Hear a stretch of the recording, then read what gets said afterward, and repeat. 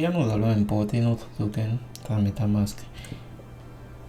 Mais avant ça, je souhaiterais d'abord que nous recompilons notre programme. Cette machine-ci est buggée souvent. Ok. Nous recompilons notre programme.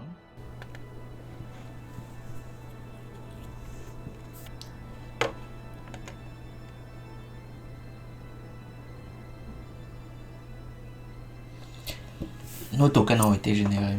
Et celui qui reçoit les tokens là, on voit la fonction mint ici, est mint 1000 tokens BTD à ce propriétaire ici. Ouais. Donc ce propriétaire ici qui reçoit 1000 tokens.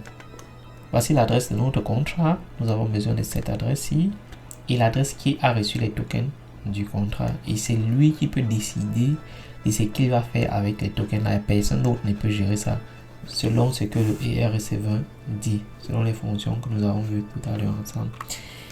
Avant ça, j'espère que vous avez déjà un compte MetaMask. Si vous n'avez pas, vous pouvez me poser le problème. Ensemble, on va essayer de configurer votre portefeuille. Bon, je vais reprendre la configuration à 0. Je vais fermer ici. Je vais le réouvrir. Google. Parce qu'il y a une drôle de manière d'afficher quoi. Donc, je vais un peu vous montrer cette petite technique là. Bon, pour ceux qui ne le savent pas, bien sûr.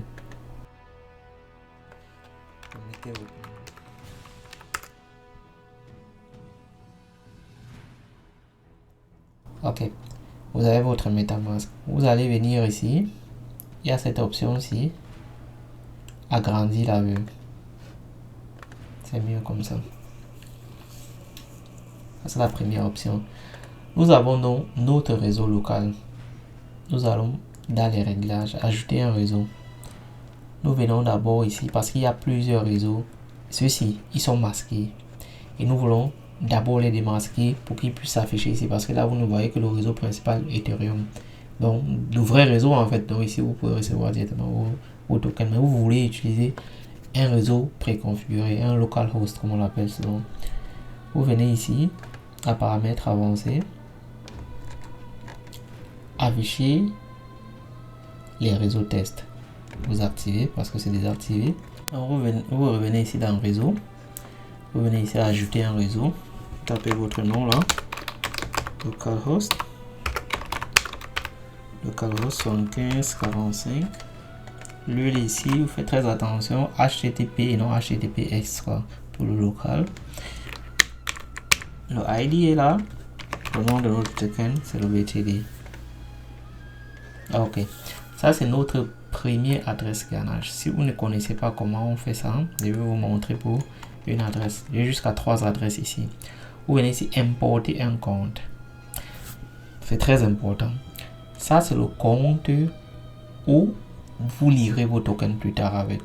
Ici, nous avons différents comptes. Je vais prendre le 10e ou entre guillemets le 9e.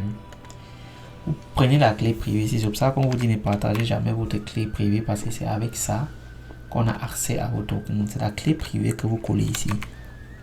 Vous importez et vous pouvez venir ici, changer son nom, détail du compte ici. Vous dites ok, ça c'est mon 9e compte ganache. Ok, là pour te rassurer que ok, ça c'est ton compte ganache. Il a 136 BTD qui lui a envoyé ça. Ah ok, bref. Pour qu'on évite la confusion plus tard, je vais le réécrire ici. Paramètres. Et un autre localhost. Réseau. Nous ajoutons notre réseau, c'est HTTP here. Et localhost là. Le nom du réseau c'est localhost 7545. Je vous ai expliqué pourquoi. 7545. Parce qu'après nous pouvons changer cet ID là. 577 ici. Ça c'est le symbole avec lequel les tokens seront affichés par défaut. Les tokens qui sortent de ganache seront affichés par défaut. Nous avons notre réseau qui s'est affiché. Et ça c'est la 9e adresse ganache que j'ai importé. Pour ceux qui ne savent pas comment faire, vous venez ici à importer Ici, vous allez mettre votre clé privée parce qu'on envoie les tokens, peu importe où vous achetez vos tokens, on vous envoie sur votre compte. C'est à partir de votre clé privée que vous pouvez voir les tokens arriver. Prenons le compte T8 par exemple. C'est pour ça qu'il est primordial de ne jamais montrer sa clé privée à qui que ce soit, même pas à votre femme ou à votre mari. Je ne sais pas qui me regarde actuellement, importer. Nous avons 100 Ethereum et on peut vérifier 100 Ethereum sont là-dessus. Donc, nous venons ici, nous modifions ça pour spécifier détail du compte que nous avons bien la 8e adresse. Ok.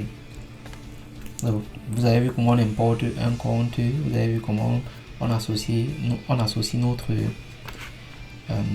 notre réseau local à notre compte MetaMask. Bon, revenons à la première adresse. NH1, la première adresse. Bon, ça, ce sont les vieux tokens que j'avais créés pour le cours précédent. Nous revenons ici, nous avons notre contrat.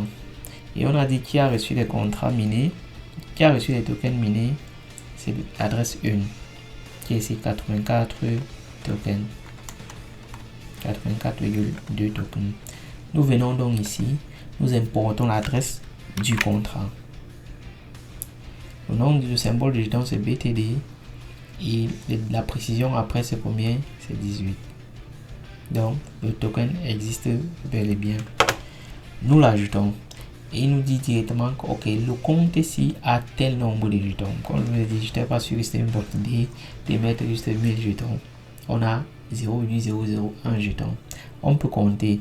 Nous allons voir si nous avons créé 1000 jetons fois 10 expo moins 18. Nous aurons normalement 1 fois 10 expo 15 tokens. Donc on doit avoir 15 zéros ici. 1, 2, 3, 4, 5, 6, 7, 8, 9, 10, 11, 12, 13, 14, 15 zéros. Et ça vérifie bien ce que je vous expliquais dans le départ. Voilà comment est-ce qu'on importe ces tokens dans son wallet. Est-ce que nous pouvons envoyer les tokens? Est-ce que nous avons assez?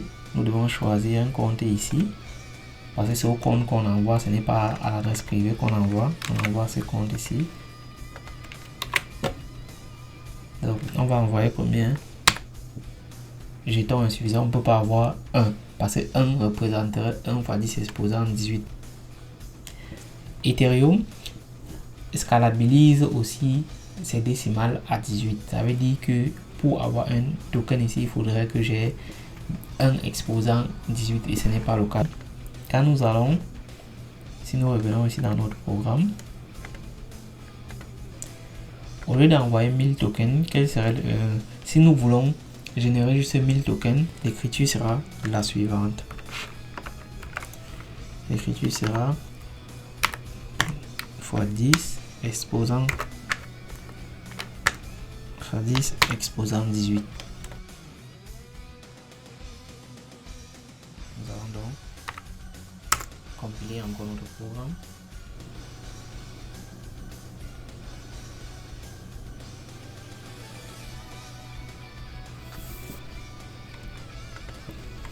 Nous avons l'adresse du contrat qui nous importe ici, du nouveau contrat.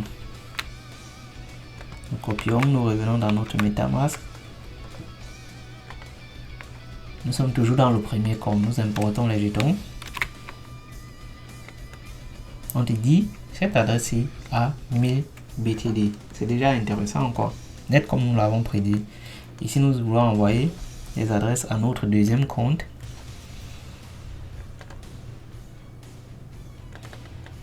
Nous copions son numéro de compte. Son numéro de compte. Son adresse plutôt. Et nous envoyons un BTD ici parce que nous avons 1000. Nous envoyons. Ça n'a pas encore été effectué, mais ça me donne les calculs. Ok, voilà, c'est que tu vas dépenser près de carburant 0,00156. Et au total, voilà, c'est que tu lui envoies quoi. Voilà tout ce que ça va te prendre. Je confirme. On attend que ça s'actualise ici. Transaction est confirmée. Ça devrait actualiser. Ok, on a 999. Pour vérifier cela, il faudrait aussi Venons dans le compte 2. Nous ne voyons rien en dehors de nos anciens tokens que nous avions. Ok, on s'est dit, ok, il faut importer aussi l'adresse du contrat dans le deuxième compte pour pouvoir voir les jetons de ces réseaux-là que je possède en fait. Vous voyez, ça nous renvoie à la notion de token et de notion de coin que j'expliquerai dans une autre vidéo. Donc nous avons pu importer nos jetons et faire un transfert. Voyons dans la prochaine vidéo pour tester d'autres fonctionnalités. Merci.